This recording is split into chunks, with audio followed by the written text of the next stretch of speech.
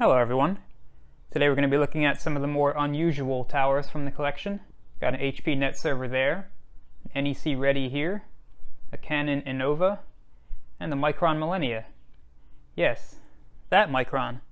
Apparently they were making computers in the 90s. Who knew? I sure didn't. Alright, well, let's tear into these.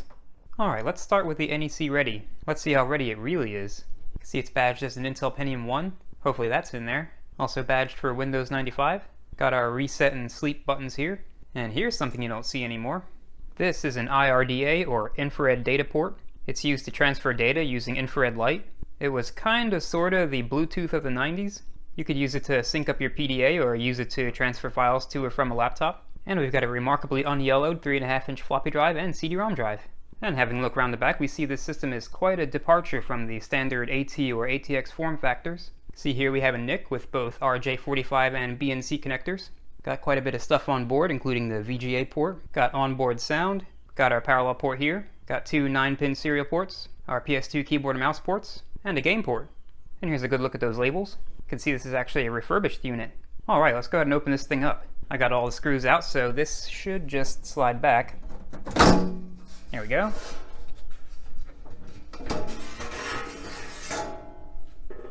Oh yeah, this thing is definitely a strange form factor. Let me just clear out some of these cobwebs real fast. Alright, we're in luck. CPU is still present. Looks like a regular old Socket 5 Pentium, so let's go ahead and pull that heatsink off of there. And there it is, Intel Pentium 1. Looks like this thermal pad has seen better days. Just pull that CPU out of there.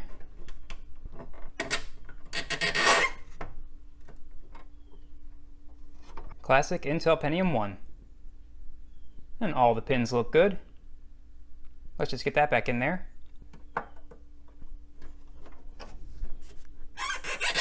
And here's a look at the NIC. Let's just get that out of there. Wow, they sure shoehorned that BNC connector in there. You can see it's a full duplex NIC. Always nice to have an ISA NIC around. Here's a look at the back. That must be the MAC address there. Now I can't quite discern what kind of sound card this thing has on board, but interestingly enough, it has an OPL chip. That's my first time seeing an OPL chip in that form factor. And the riser has both ISA and PCI slots. Very nice. I sure wish that cache module was in there. I definitely don't have any of those. And check out the size of the heatsink on that VRM. And here we have what must be the CPU multiplier settings. And unfortunately, it does not have a hard drive. Looks like this power supply was replaced or at least tested in 2001. Alright, let's go ahead and get these IDE cables out of here.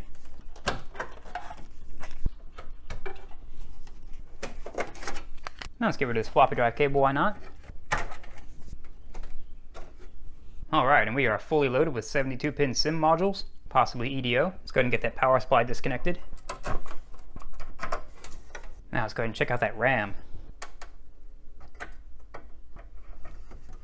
And we got a 16 megabyte stick here. Pretty clean. Let's check out the next one. That stick looks identical. Same. And finally, and yet another identical module. Awesome, we got a matched set. And here's a look at the machine from the top side down. You can see way down there, we have an RTC module. And those modules contain an internal battery, and that battery is most likely dead. So let's see if I can get it out of there. Luckily it is socketed, so let's see if I can get it out of there without pulling the motherboard. There we go, and it's a benchmark RTC. I believe these are pin compatible with the Dallas RTCs, so we should be able to do the battery hack. Let's go ahead and pull that riser out of there. And there it is. Oh yeah, those slots definitely need a good dedusting. Backside's pretty clean. Alright, it's looking like I'm gonna have to pull the motherboard in order to remove the drives, because even my stubbiest stubby screwdriver is not stubby enough to get in between in order to remove the drive screws. The other side of the case has access holes to get at the screws. Problem is, there's a pesky motherboard in the way. And that motherboard tray is not removable. It's actually riveted in place. So yeah, gonna have to pull the motherboard. Alright, first part of that is I gotta remove this plethora of front panel connectors. Good thing I took pictures. Alright, got all those screws out of there, so... Alright, got the motherboard on full display. Now I see several tantalum caps, so let's check for shorts. Good on that side. And we're good there. Let's just make sure we have continuity to ground. Yep, we're good. And there's a good shot of the BIOS. I'm very curious to know what these feature and wavecon connectors are about. And here's a better shot of that OPL chip. Backside of the board is super clean.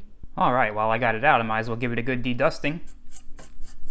And don't worry, this is an anti-static brush. Alright, let's get that old thermal pad off the heatsink. These can be quite a chore to remove. I'm just going to soak it in IPA. Now we'll see if the paper towel's enough. That's one layer down. Okay, that wasn't too bad. And likewise, I got the CPU cleaned up. Alright, the new thermal pad is on. Done and done. Alright, let's get the power off those drives. Now with the mommy board out of the way, I can get at those floppy drive screws.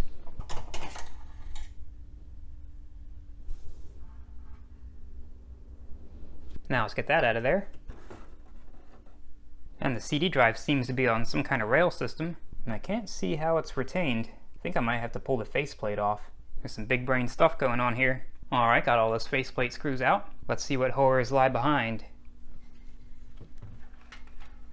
Whoa, that's a lot of dust. This machine definitely saw its use. Let's just pull those front panel connectors through. Now let's get this thing cleaned up. Let's pop these drive bay covers out of here.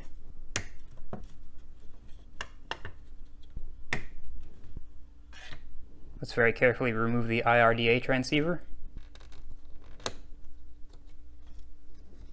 Well, that was nerve-wracking. It's a good thing I did because this thing is full of dust. Alright, got that thing cleaned out. Now let's just deox these connectors.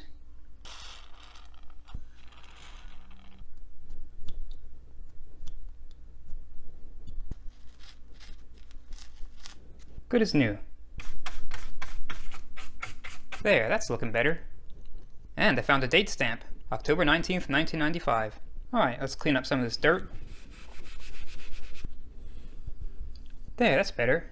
And I got the rest of the faceplate cleaned up. It's looking good.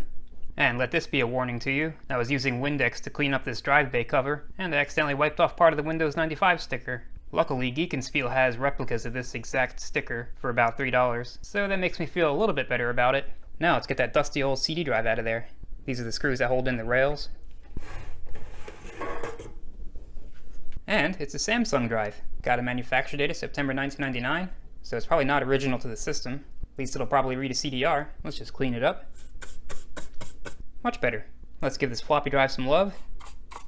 Good enough. Let's see what's going on inside. Oh, it's actually pretty clean. Let's just clean up the heads. Not too dirty. Alright, since we're in this deep, we might as well get the power supply and fan out of there and give this case a good blast with compressed air.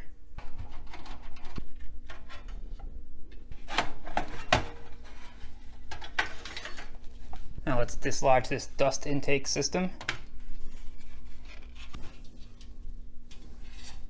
Oh yeah, that thing's nasty. At least the fan bearing feels good. Let's get that speaker out of there. Might as well take the game port out too. And if you're wondering, you can use a 5mm socket to get these standoffs out of here. Alright, let's blast.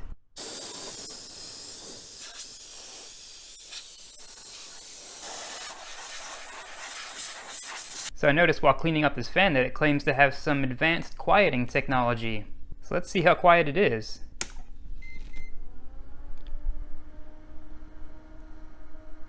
Okay, well, it's not the quietest fan I've ever heard, but wow, is this thing moving some air. That is crazy. Okay, well, based on how much air it's moving, I'd say it's definitely a quiet fan. Alright, it's time to test out this power supply. I just gave it a quick blast out with compressed air. It's just a generic AT power supply, so not that concerned about it. Got the sacrificial hard drives ready to report. Let's see what it does.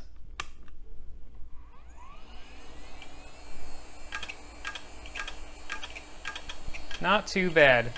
Let that run for 5 minutes. Alright, 5 minutes later, we're still alive. Alright, let's go ahead and hackulate this RTC module.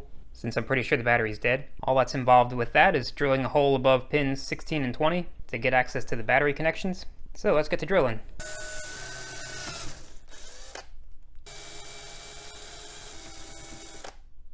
Now that we're in, we can actually test the battery. And yeah, quite dead. So now all you have to do is solder some wires, with the positive lead being above pin 20 and the negative lead being on pin 16. Now you could also cheat and just use the ground pin from the IC itself. You don't necessarily have to drill a hole above pin 16, but I like drilling stuff, so. Plus it makes it a little bit cleaner. I'm gonna have a little bodge wire hitting up one of these pins. Alright, RTC calculation is complete. Now I want to attach the battery to the top of the RTC module, so hot glue to the rescue. Might as well seal up these holes, why not? Now, I'm still not sure if there's going to be enough clearance for that top-mounted battery, but luckily, hot glue is removable, so we'll see. Let's just get the battery in there. And there we go. Alright, let's get this thing back together. Alright, before I put it back in, let's test that floppy drive. I got a seek. And it's booting DOS. Alright, that thing works. Alright, got this thing back together. Now it's time to give it a test. Let's get a DOS boot disk in there. And power on. And there we go, we're posting. Alright, it's probably confused about its RTC being dead. Yep, let's run setup. Go on. Alright, well that's all we got for now. I'm just going to leave that date as 1988 because I happen to like that year. Save, changes, and exit. Whoa, I like how that screen just faded out like that. That was cool. Alright, we are booted. And that CD driver is loaded. Well, let's see if it works.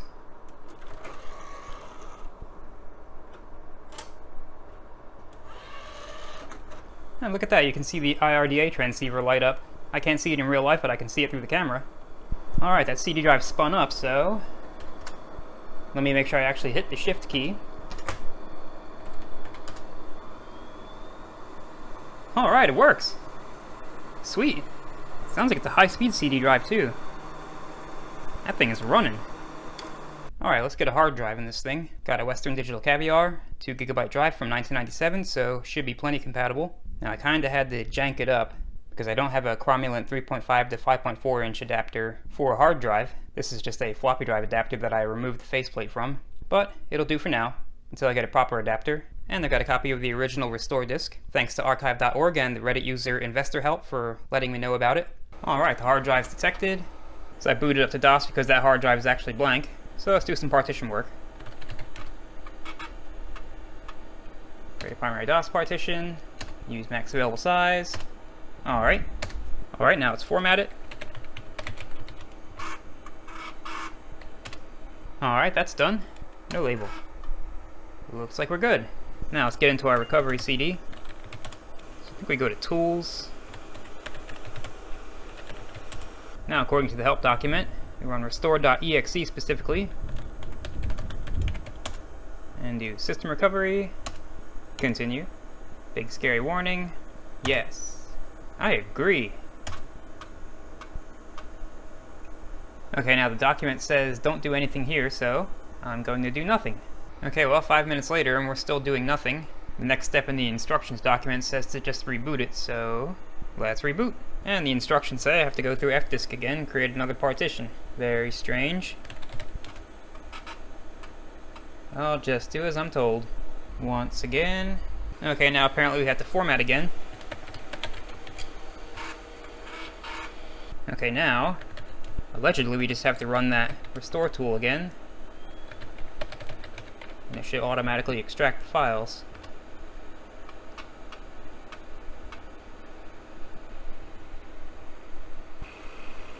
And that thing's working hard. Is it really pre-installing AOL 2.5? And Microsoft Bob? What is this thing doing? I guess the era of pre-installed bloatware goes back further than I thought. Okay, 10 minutes later, we are done. Let's get that disk out of there and reboot.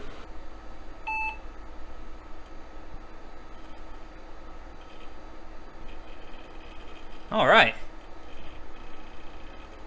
We are in Windows Setup. Let's give it something generic. Oh, you must obey the almighty EULA. Sure, I agree. I totally read that. Alright, now the archive.org image did come with the CD key, so I'm just going to use that. I'm still not going to show it though. If you really want it, you can download the image from archive.org, but I don't want to trip up some weird copyright thing. Alright, let's configure some things. I forgot about the little drum roll thing. Alright, we are done. I think.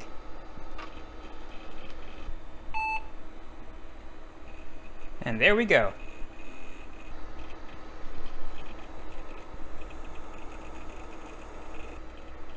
Oh, we're not quite there yet. I must provide one? Okay. We'll go with the generic one then.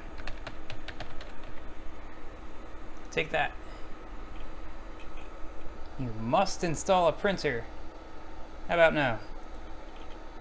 We are central. Uh-oh. We may not be getting sound. Well, that's not good. Oh, the Windows 95 memories. Well, let's see if there's any chance of recovering this. Apparently not. Gotta reboot. Okay, that was weird. How about no?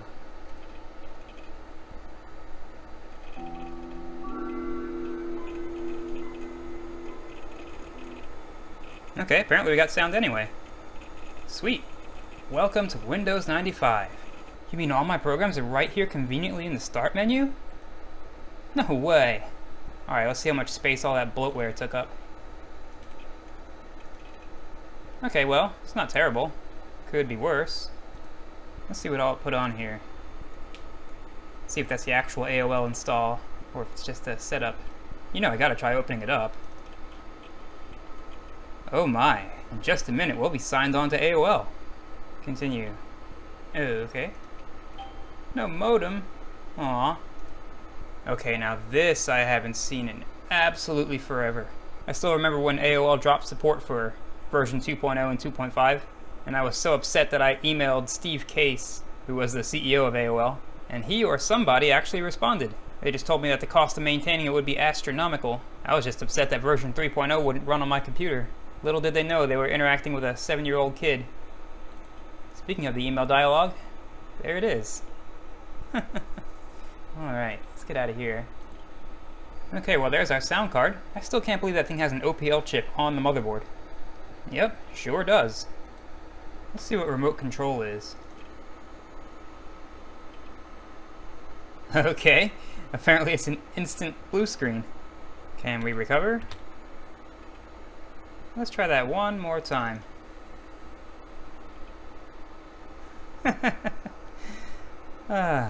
Okay, well, I wanted to be able to demonstrate infrared data transfer, but looks like we haven't even detected the IRDA transceiver. Okay, so on a hunch I remove the network card, and we don't get that crash anymore when I launch remote control. All I get is this. Okay, apparently that doesn't work either. And I still don't have any infrared options in the control panel. Well, I guess that's not happening. Oh well, let's shut this thing down. We are now safe. Well, it's too bad I couldn't demo the IRDA port. Would have liked to connect my ThinkPad 760E to it, but this thing is as ready as it's been in a long time. And I've got the replacement Windows 95 badge ordered. Let's move on to the next system. Next system is this Micron Millennia. You can see it's badged as a Pentium MMX, designed for Windows 95. It's pretty dirty, but I think it'll clean up nicely. Got some yellowing on that 3.5-inch floppy drive, and got a pretty generic looking CD drive.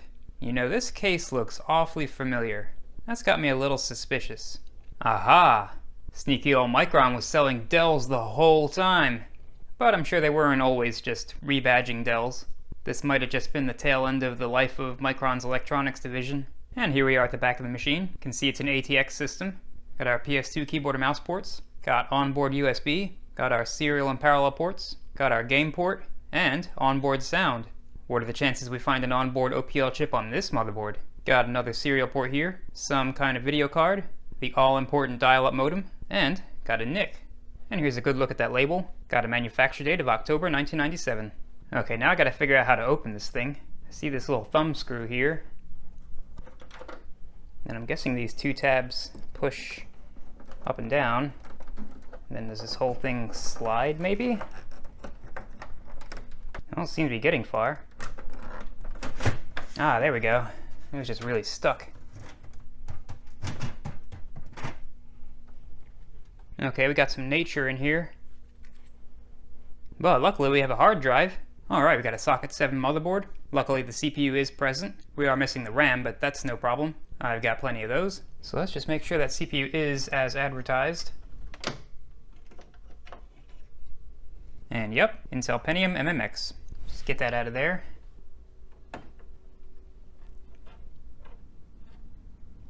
Intel Pentium with MMX technology. And all the pins look good. Let's get that back in there. Let's check out that graphics card. Barely in there. And it's a classic Diamond S3 Verge, year marked as 1997. Pretty dirty on the back. Let's get that cleaned up. Let's check out that dial-up modem, which weirdly doesn't have a screw in it. And it's a good old Lucent, the year marked as 1998. And not as dirty as the video card. Let's check out that NIC.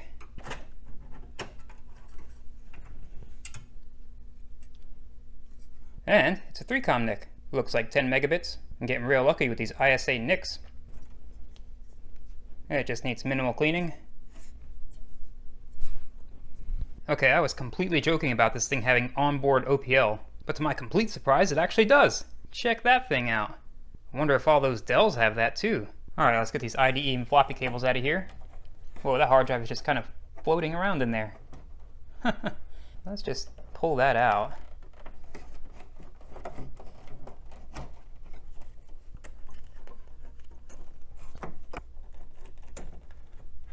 And it's a 2 gigabyte Seagate. Definitely not original to the system with all those compact stickers on it.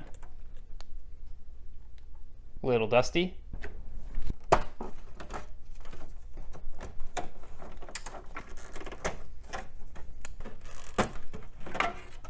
Now let's get this power supply disconnected from everything.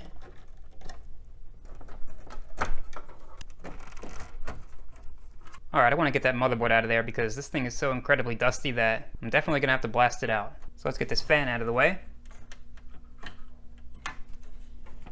Looks like it's got these little circular tabs here that you push in while pulling. There we go. Wow, that thing's gross. The bearing might be okay. Let's get that game port disconnected. Get rid of that CD audio cable. Let's get rid of the front panel connectors. Alright, got all those screws out, so yeah, those standoffs stay with the case. Now I can get a better look at the board. That is one massive heatsink on that voltage regulator. And here's a good look at these chips. And here's a look at the sound chips. Let's just make sure that battery's dead. Yep, super dead. Let's change that out.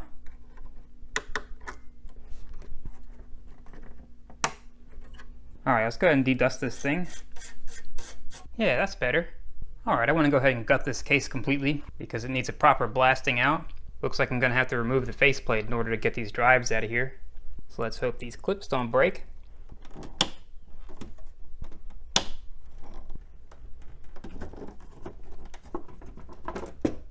Well, that went well. Okay, well, the CD drive is retained by some other contrivance. I thought it just had a rail on that side. Okay, so I'm going to have to remove this side panel.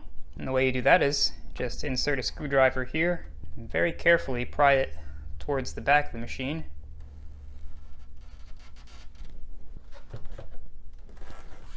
And there's our drive screws. Very industrial looking label there. Let me see, it's a 24-speed drive. Got a manufacture date of September 1997. Let's clean that off.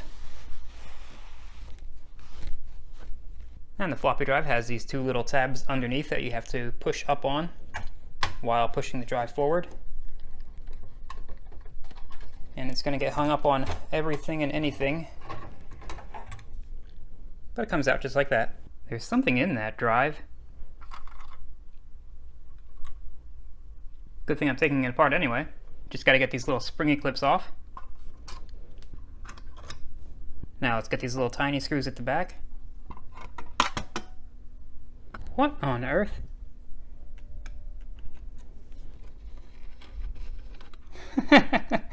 Target gift card. That's not how online shopping works. If you wonder why I always take apart floppy drives, that's why. Never know what you're going to find in there. Alright, let's get that power supply out of there. It has 2 screws in the back and 2 screws on the inside up here. Okay, I decided to take it apart for enhanced explosion viewing, so let's see what happens.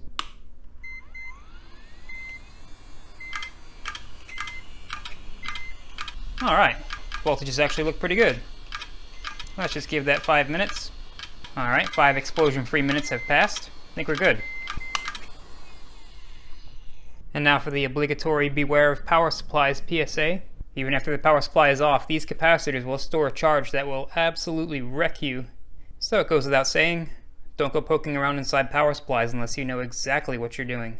Okay, I think that's dedusted well enough. Okay, I got the case blasted out. Now let's see if I can use the CLR trick to clean up these rust spots. Just going to start with a paper towel first. Well, some of these spots are going to need some steel wool. Good enough. Okay, well, after about an hour of cleaning this faceplate, here's where we're at. Now, something at some point fell on this thing, and it dug some dirt or whatnot into the texture of the plastic, and it has been extremely difficult to remove. We've still got some spots over here that I haven't really gone heavy on, and so far the most effective solution I've found was just a regular microfiber cloth soaked in Windex. I figured the little microfibers would get inside the texture to clean the dirt or whatnot out, and it did a reasonably good job, and whatever struck this thing did do some damage to the plastic. When you look at it straight on, it's not too bad. It's definitely a lot better than it was, but I've got to move on to the rest of the system. As for the side panels, they cleaned up as well as they could.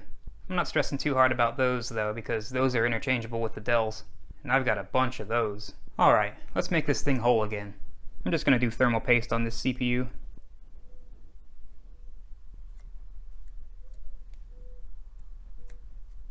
Okay, I left the faceplate off in case one of those drives is hoopa-jooped, so let's see what it does. Alright, we're posting. I'm not sure how much RAM I put in that thing, but about to find out. 256 megs. Oh, that's a Pioneer CD-ROM drive. And it sounds like there's a disc in there. What is in there? What in the... It's a Tonka truck game. How about that? Pretty scratchy. Definitely a kid's game. Alright, well, let's see if this thing boots. Sure sounds like it. Alright, it's got Windows 98 on it. That hard drive sounds lovely. It's got pictures on it. And the airplane cursor. We are all kinds of confused about hardware. Good old Win9X. Move one thing and it's all confused. Gotta reboot. I guess I better set the date and time. I'm gonna guess 2003 was probably the last time this thing was used.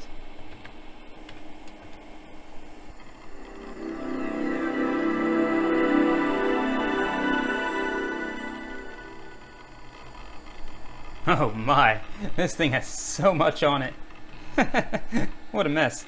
Yeah, this was definitely a kid's computer. Got Big Bird over there. Alright, let's see what the hard drive space situation's looking like. Yeah, not too bad. Can't believe all those games fit on 831 megabytes. Let's see what's in there. Hasbro. That's where that Tonka game lives. Got something or other in here. Let's see, this thing's probably loaded with sensitive info. Okay, maybe not too bad. It's definitely got to be scrubbed though. I'm not gonna go through their pictures. I just love that airplane mouse cursor. Let's see what's in programs. Yeah, this thing's got tons of games on it. Tons of kids' games. Didn't think Blue's Clues was a thing back then. There's a lot of them. Of course it's got AOL on it. Now, we've seen enough AOL. That's THQ. Hot Wheels. I gotta see what that's about. Oh, I bet it wants a disc. Yep. Aw, not gonna get to play that. Well, let's see if the CD drive works. Spinning up like it works. And yes, it does. Awesome. Okay, we gotta play that.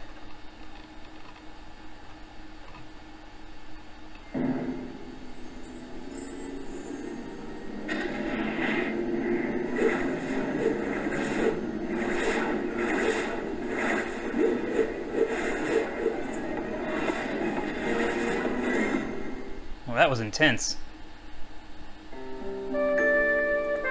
Okay. Hello there! Glad you could make it to the dispatch center. Oh my God. I'm Foggy Joe, your partner today. We have plenty of search and rescue missions that need your help. But first, how about signing in? Or you can continue with a game you already started. You've been here before.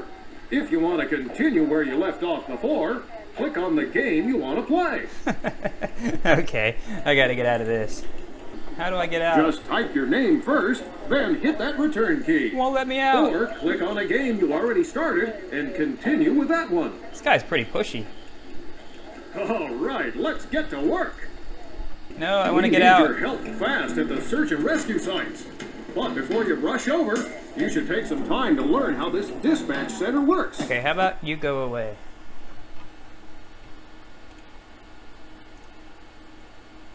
Alright, let's try the floppy drive. Doesn't seem happy. Nope. I guess that floppy drive did not survive the Target gift card attack. Oh well, it's just an old floppy drive. Do not format my disk. Alright, let's shut this thing down.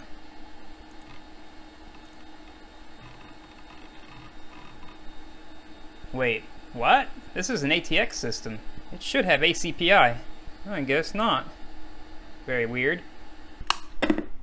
Well, this system definitely was the delight of somebody's childhood, and I went ahead and swapped in a working floppy drive. So this system is complete. Let's move on to the next system. Alright, next system is the Canon Innova. You can see the CD-ROM drive's been defaced. It'd be funny if it still works. Got our 3.5-inch floppy drive here, and our power and reset buttons.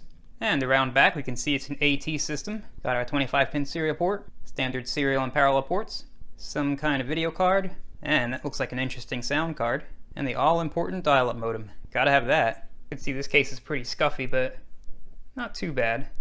And this opens up just like any old AT system. Slide this back.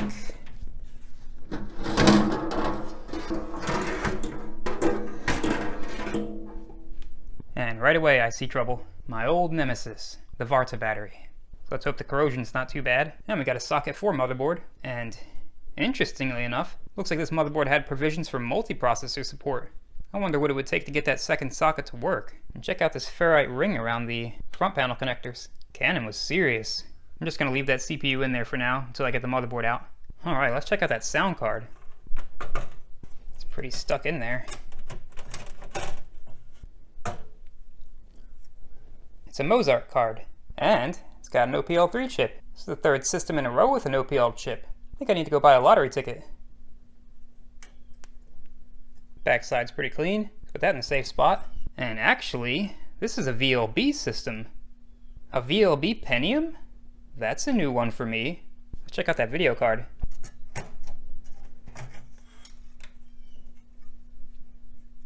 A VGA card with a Western Digital chip? This system's just full of surprises. I thought Western Digital was only concerned with storage. That's also a pretty clean card. Just gotta touch up that edge connector. Alright, let's get these cables out of the way.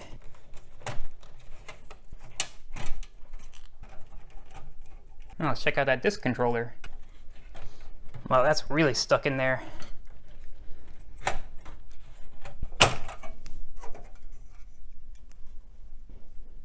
Yeah, we definitely got corrosion on that edge connector. It should clean up. Alright, looks like a pretty basic I/O card. Yeah, we got some work to do on that edge connector.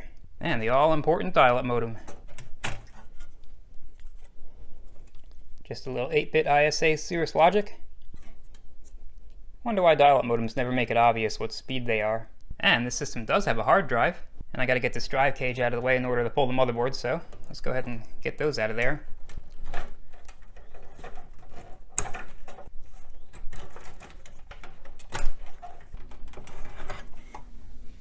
Alright, we got plenty of cache chips. Alright, let's get these cables the rest of the way out of here. The power supply disconnected from everything.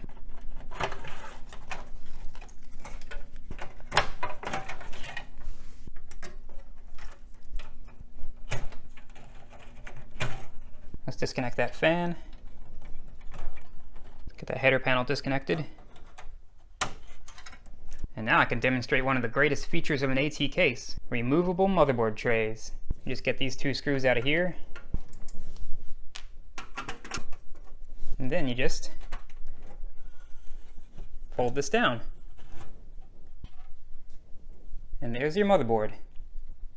Sure wish we had this feature on more modern ATX cases. Yeah, that battery did a number on the motherboard tray too. Yeah, we're pretty wrecked. I see several lifted traces. Let's get that evil thing out of there.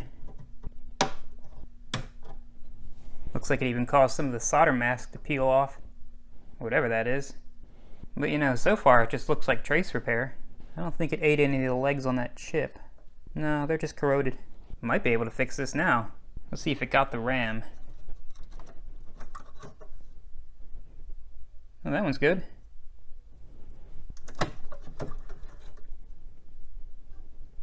Also good.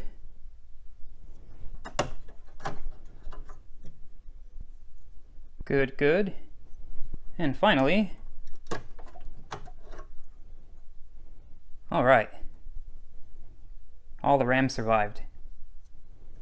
Doesn't even look like it got the keyboard BIOS either. Yeah, we're pretty bad on the back side of the board too. And now that I look closer, I don't think this is a multi-CPU board. It looks like this could have just been configured for either a Pentium or a 486. Speaking of the CPU, let's check that thing out.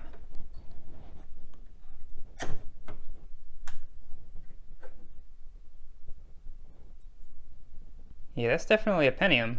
I'm not going to attempt to remove it from the heatsink. Although, that is a gold top Pentium. Oh, I really wish that heatsink wasn't glued on there. Here it is compared to a typical socket 5 Pentium. Alright, I gotta save this motherboard. Alright, let's get rid of all the removable chips.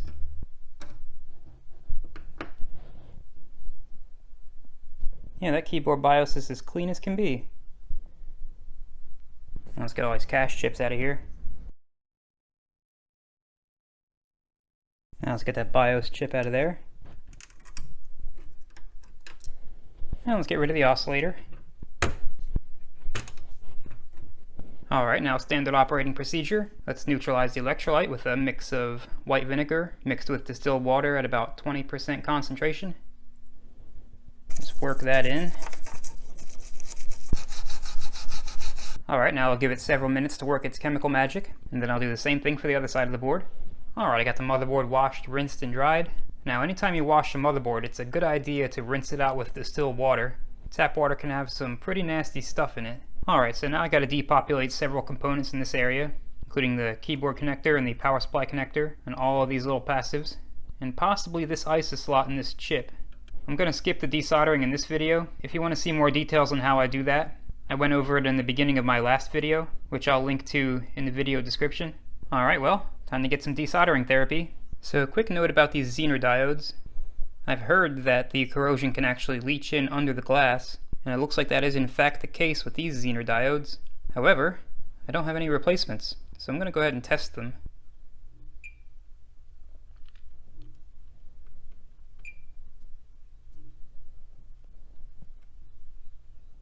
Okay, at least they're acting like diodes. Okay, so these should be fine for now, until I get replacements. Alright, so here's where we're at. And honestly, this side of the board's not too bad. Back side of the board is definitely worse. Alright, so I have to remove the solder mask and the corrosion now. And I discovered a new technique for doing so. I'm going to use this Dremel and a rubber polishing tool. Learned this trick from watching Necroware's channel. And oh boy, it works like magic. Check this out.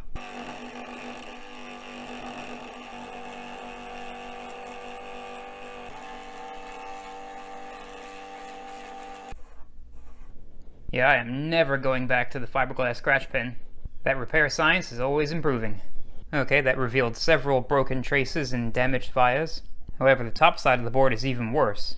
So, let's do some trace repair. Alright, we got little Mikey on the bench to help out. Alright, let's start with an easy one. Now we gotta tin these traces up, or at least what's left of them.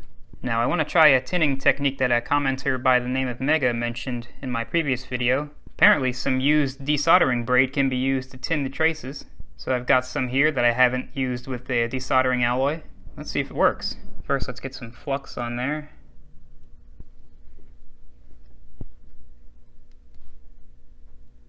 Let's give that some heat. Well, I'll be. That worked like a charm. Awesome. Thanks, Mega. So let's just go ahead and tin the rest of those up.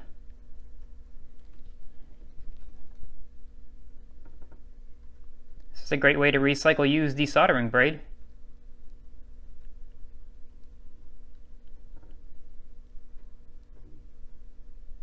Now we've got quite a gap to jump for these two traces. So let's start at the top. Let's get some flux on that. You never have too much flux, seems like. Now let's tack that wire down.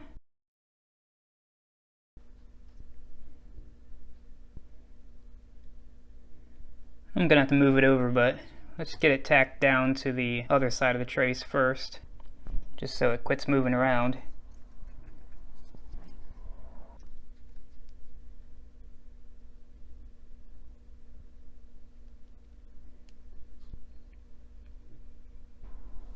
That should do it. Move over. Let's get some more flux on that.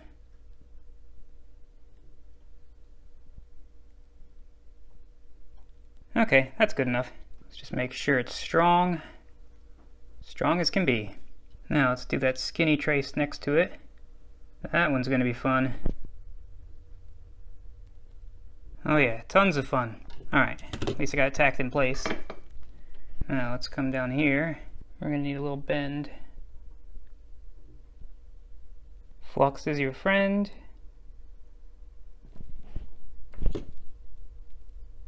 Alright, I gotta go left-handed for this. I am not left-handed. Alright, let's make sure that's strong.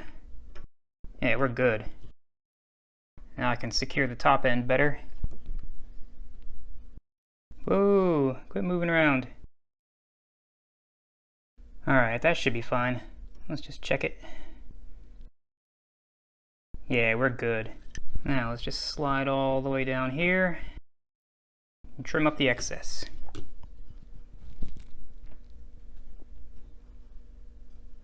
Alright, well, that's two down. Alright, now I gotta get through this ruined via.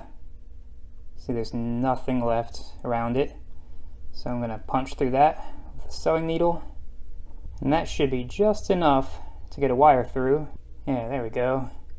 Now flip over to the other side of the board, and there it is. Let's go ahead and flux that up. Now let's lay this over. And then solder it down. Just make sure that's strong.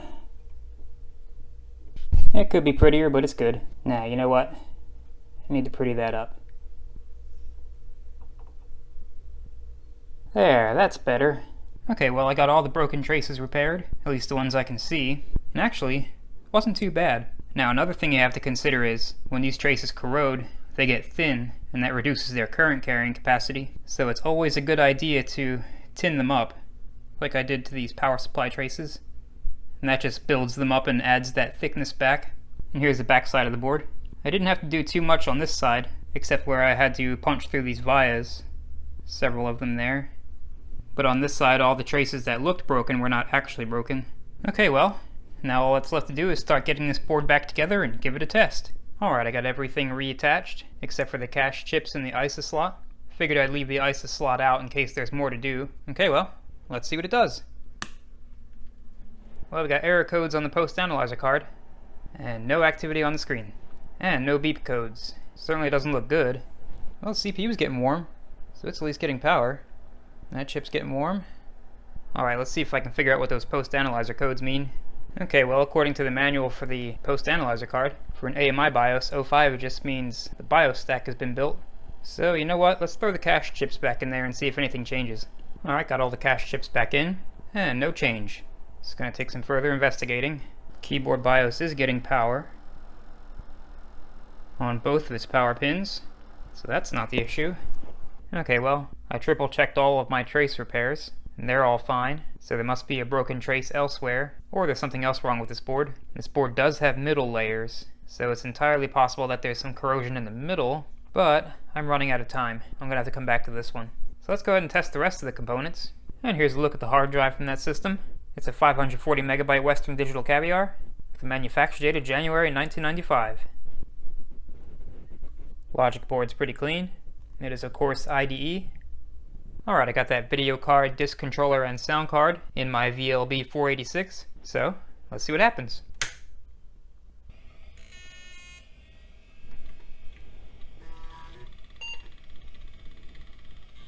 Alright, sounds like the hard drive initialized. Alright, now let's go ahead and configure that hard drive in the BIOS. And we gotta use old-fashioned type settings. This was before the days of auto detection. So we got 1048 cylinders, 16 heads. We'll leave right precompensation to 0, leave landing zone 0, and 63 sectors. Alright, save that. Sure taking its time. Well, it does not like that hard drive. Well, let's see if the floppy drive works. Apparently not. Wonder if that disk controller is no good. Alright, I swapped in a known working disk controller, so let's see what happens.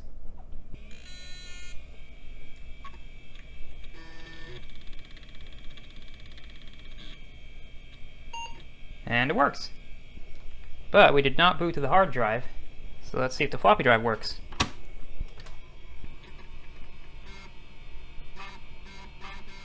Sure sounds like it's booting. Let's see if DOS even sees that drive. And indeed it does. Looks like it's got some kind of Win9X on it. Wonder why it won't boot. Let's see what's in the Sierra directory. Nothing apparently. Okay, how about the arcade directory? Oh, I remember these. Sure wish that thing would boot. I wonder what's wrong with it. Oh well, let's run ScanDisk on it.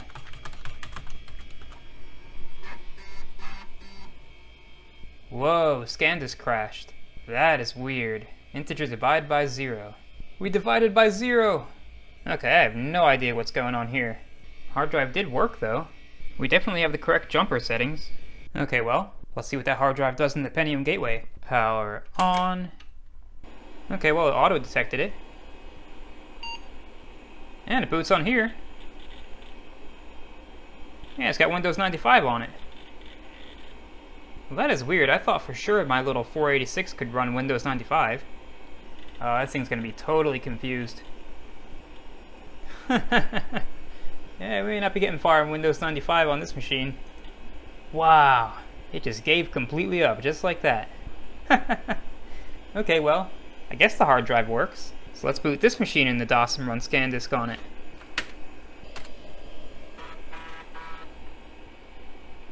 Okay, well, it didn't insta-crash, but it did find a problem right off the bat. Thing's got all kinds of problems. You know what?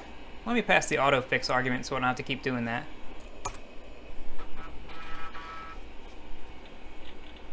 Skip undo. Okay. Alright, so let's get out of here and then do a surface scan.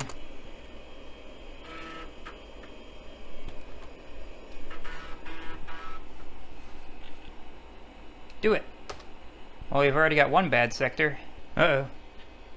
We're choking a little.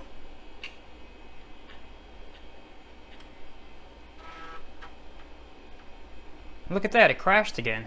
Wow, that is the weirdest thing. I have never seen anything like that before. Okay, well maybe just the file system's corrupt or something, but until then, I'm gonna remain suspicious of this drive. Can't believe I was that close to having a Pentium VLB system. Have I ever mentioned that I hate Varta batteries? Let's move on to the next system. Alright, time to find out what the server was serving. This is an HP NetServer E60. You can see it's badged as a Pentium 3. Got a nice complement of color-matched drives. And here's something you may have never seen before. This is a tape drive. This takes DDS3 tapes, and it could store 12 or 24 gigabytes on one of those tapes, depending on tape speed. I do have some tapes ordered for it. Hopefully they arrive before I'm done shooting this video, because I would sure like to demonstrate it. And we can see the power button is pretty deeply recessed in there to help prevent accidental pressing. And we have no reset button. And what luck! We have 2 keys. These are just for the chassis lock, to prevent you from opening the case. It's attached to this releasable zip tie thing, and that's just there for cable management. On modern servers, these are usually closer to the power input, and that's done obviously to prevent accidental power disconnection. We can see it has an ATX type form factor. Got our PS2 keyboard and mouse ports here, parallel port and 2 serial ports, onboard NIC, and we got some kind of video card. Video cards on servers are usually very basic. I'm kind of surprised it only has 1 NIC. Fairly sure this was before the days of out-of-band management systems like HP ILO and Dell iDRAC, but this is definitely the oldest server I've ever interacted with. So let's go ahead and release that strap and retrieve our keys. Let's just make sure they're the right keys. And they are. Awesome. And here's a good look at that label. And we got thumb screws all the way around. Alright, got all those screws out of there, so this should just open up like an AT or ATX style case.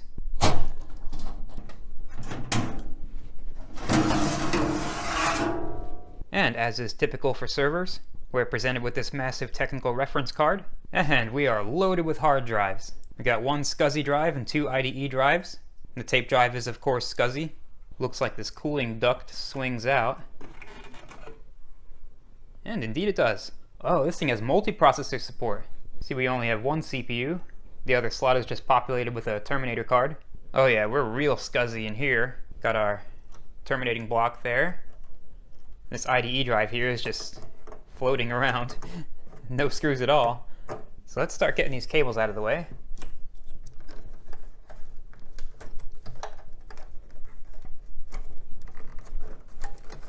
And this top one is the only SCSI hard drive. Let's get that CD drive disconnected before I disconnect that tape drive.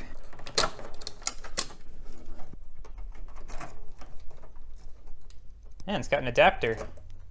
And here's that terminating block. Alright, let's finish getting this power supply disconnected. Let's release this clip. Alright, let's get power off the motherboard. Sure looks like standard ATX. I'm gonna have to check it though. Could be something server-y. Let's just send these through the top and get them out of the way. Get that floppy drive disconnected. Alright, let's finish getting these cables out of here. And there's our onboard SCSI. To disconnect these, you just squeeze these 2 tabs together. And then pull it off. And we got a retention clip down here at the bottom of the case.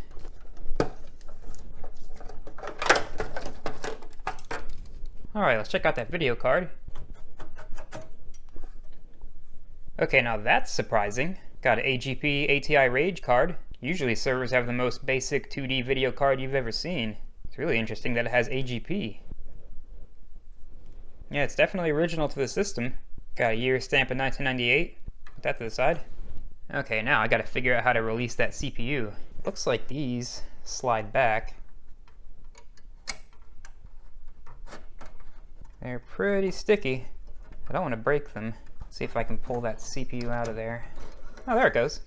Yeah, that was easy. Now that is interesting. I've never seen a Pentium 3 configured like this. That's a big old heatsink. Let's put that to the side. Alright, let's see what kind of RAM we got.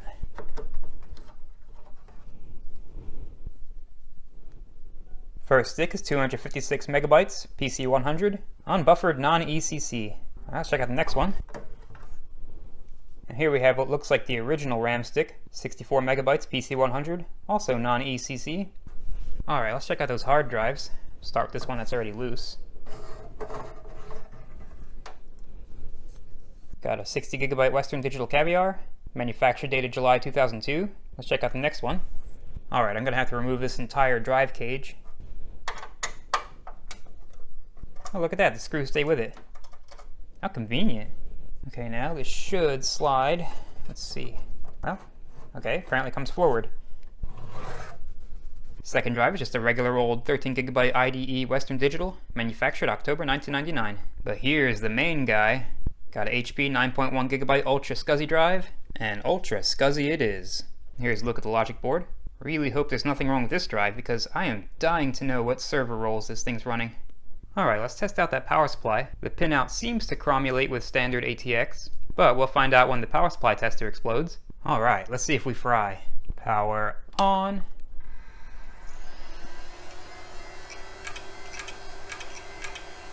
It's a noisy old thing. That fan is loud. But that's typical of servers. They're not exactly designed with comfort in mind. Okay, well the minus 12 volt rail is kind of weird, but obviously there's no load on that rail. Positive 12 volts is fine, so I'll give this power supply about 5 minutes to burn my house down, and we'll see. Alright, well, 5 minutes later, no issues at all. I think we're good. Okay, let's go ahead and test that battery. I don't want to lose CMOS settings if I don't have to, especially on this system. And it's super dead. Let's go ahead and get that replaced. Well, that's convenient. Let's go ahead and look at that CPU socket terminator. Should just be a bunch of resistors. Yep, bunch of resistors and capacitors. And nothing else. Let's get that back in there. And let's get the CPU back in there.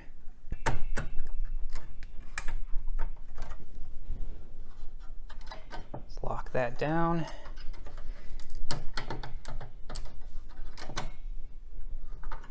That went about as smoothly as I expected it to. Alright, so since this floppy drive is original and it matches the rest of the drives, I want to make sure it's clean and happy. So I'm going to pull it out and give it some service. And it looks like drive removal requires faceplate removal. So, we just got a few clips back here.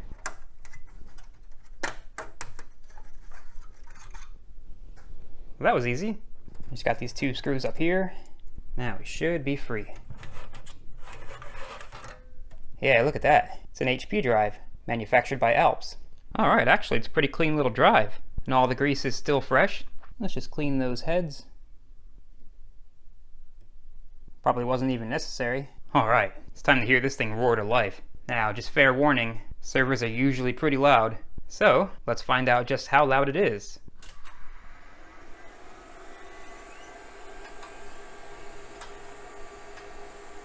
Okay, it's actually pretty quiet for a server. It is complaining. Okay, I think that beep code means a problem with the video card, so let's check that out. Okay, well the AGP edge connector looks super clean on both sides, so I'm going to try to hit the AGP slot with some deoxit. Alright, let's try again.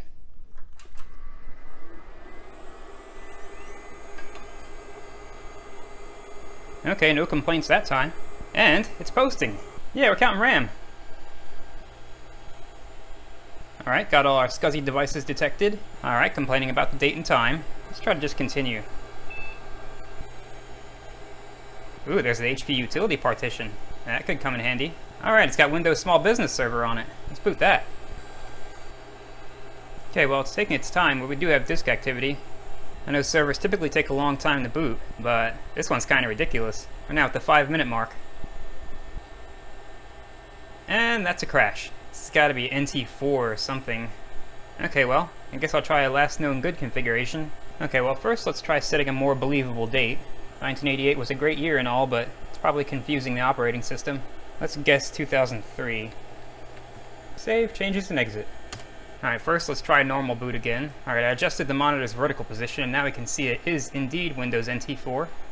But, still got a blue screen. Alright, let's try VGA mode this time. Okay, I think we're getting a little further. Nope. Alright, let's try our last known good configuration now. And that's a no. Okay, well, let's try safe mode. Okay, there we go. I didn't go to safe mode, I just went back to VGA mode, and now all of a sudden it's booting. Alright, let's Control-Alt-Delete. NetAdmin. Surely there's a password. Oh, that's weird. Okay, there is indeed a password. Alright, so it's trying to log into a domain. This thing is probably its own domain controller. So let's see if I don't even know how to log into the local administrator on Windows NT4. Let's try the usual way. Alright, we're gonna have to crack the password. And I have no way to do a clean shutdown. Let's see if it takes ACPI commands. Okay, well, it froze up. Let's see if it shuts down. Nope, still frozen. Gonna have to hard shut down. Okay, this machine should support a Tappy boot, so let's see if it boots the latest version in Knoppix. We definitely had an unclean dismount of the NTFS partition, so not expecting great success, but let's try it.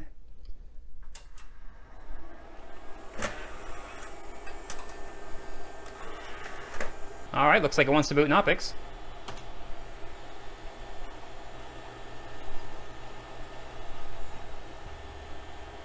Alright, we are in Knoppix. Looks like we're stuck in 640 by 480 mode. Let's see, that's usually our only option on older machines, but let's make sure. Yep, that's the max. So let's just break out to a terminal. Now let's figure out where that Windows partition got to. Well, that doesn't help very much. Let's grep for NTFS. Okay, well, let's guess that it's SDA2. Okay, well, it mounted. Let's see. And yep, that looks like the OS partition. And it looks like we got sensitive info on here. So let's clear that off the screen and then get into that Windows directory.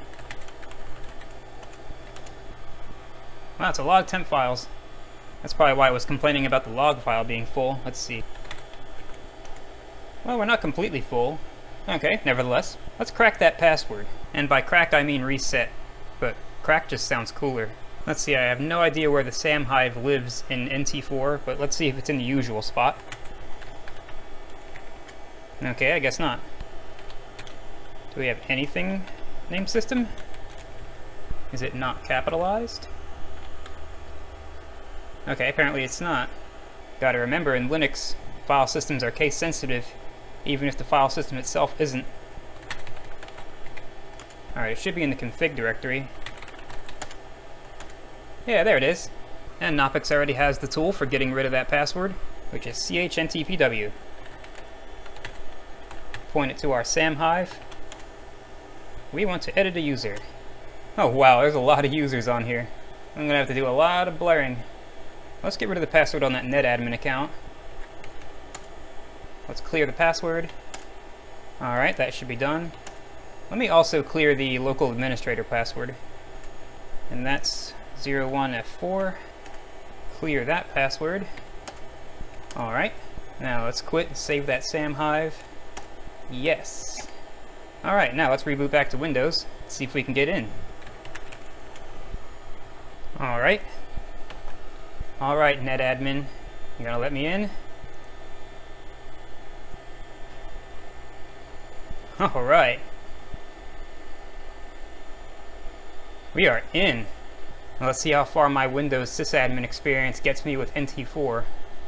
The oldest version of Windows Server I've ever worked with is Windows Server 2003. Okay, looks like the Wins service is not going to run. Probably no surprise since we have no network connection. And apparently we are corrupt. Okay, hopefully we can still proceed. Maybe not. Okay, well. Can we at least run check disk?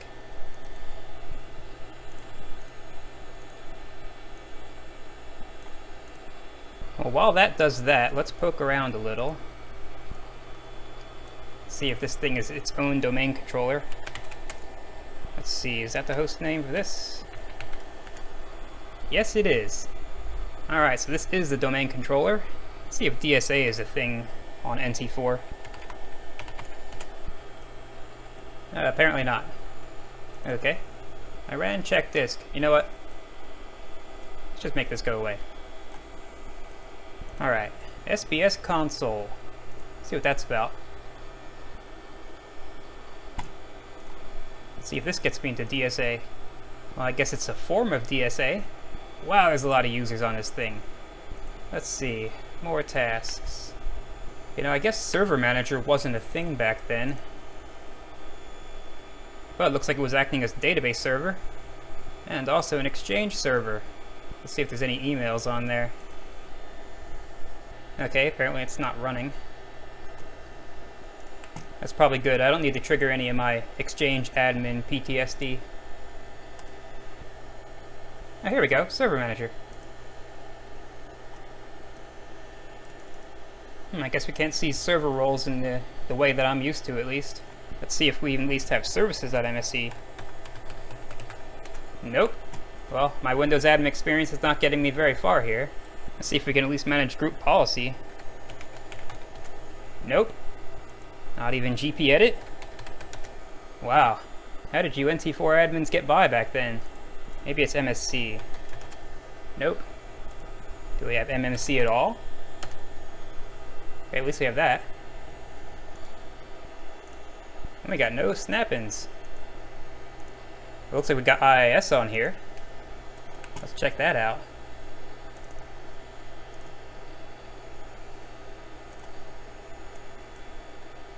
Apparently we get 3 of them. Yeah, this thing was running a web server. Looks like it's just a bunch of default stuff though. Let's not save that. Surely we have IIS manager. Ah, there we go.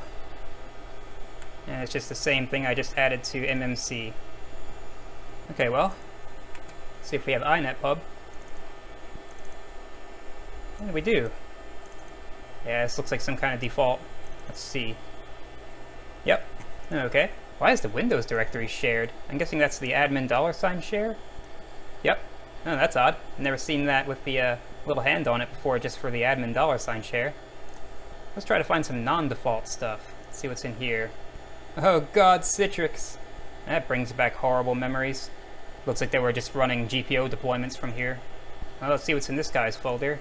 And corporate financial data. Hooray! Okay, as a former sysadmin and cybersecurity engineer, I have to throw shade. Boy, does it hurt my soul to see this stuff on a discarded server. I would never. Alright, let's see what's on the other shared drives. User shared folder, so we've got personal user data on here too. This one's loaded with stuff. This guy must have been busy. Okay, I better not go any further because I'm already gonna have to spend an hour just blurring out all this stuff. Well, let's at least test a floppy drive. And it works! Awesome. Okay, I wish I hadn't clicked that. Go away. 16 colors is perfectly fine. Looks like they were using the tape drive. And looks like this is our remote access tool. PC Anywhere. I didn't know that was a thing in 2003. Oh no, I can't reach the printer. Karen in accounting is gonna kill me. Alright, well that was fun. Let's shut this thing down. Still complaining about that disk. Okay, apparently this thing doesn't even have ACPI. Shut down manually.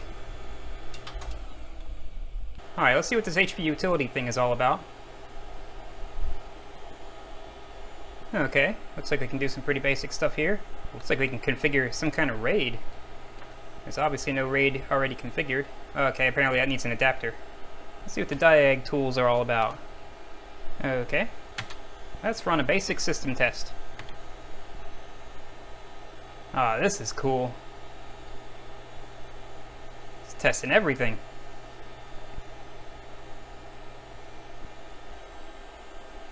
Wow, it's even testing the hard drive. Alright, looks like we're gonna make it with no errors. Wow, that thing's making some noise.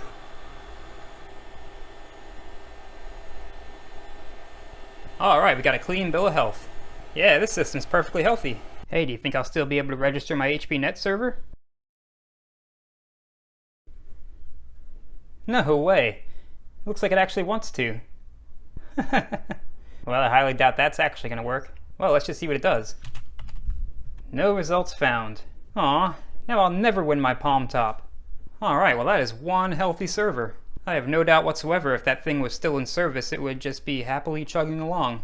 It's too bad I'm not going to be able to test the tape drive. Doesn't look like those tapes are going to get here in time. It's just a shame that this thing contains enough data to own an entire company. But rest assured that when I sell this thing, all of those drives are going to be completely, thoroughly wiped, with at least 5 passes of random data. but I couldn't be happier with the way this system is running. Well, I took another look at this Pentium VLB board, and I did find some more suspicious looking traces, but I just don't have enough time this week to get back into it. These trace repairs are quite time consuming. But I'd like to thank everyone who's pledged their support on Patreon and helping to make this all worthwhile. And if you're new to the channel, this is the type of thing I'm doing all the time, so be sure to subscribe. And if you choose to pledge your support on Patreon like these fine folks you see on the screen, you'll have my undying gratitude. But that's all for this video. Thanks for watching.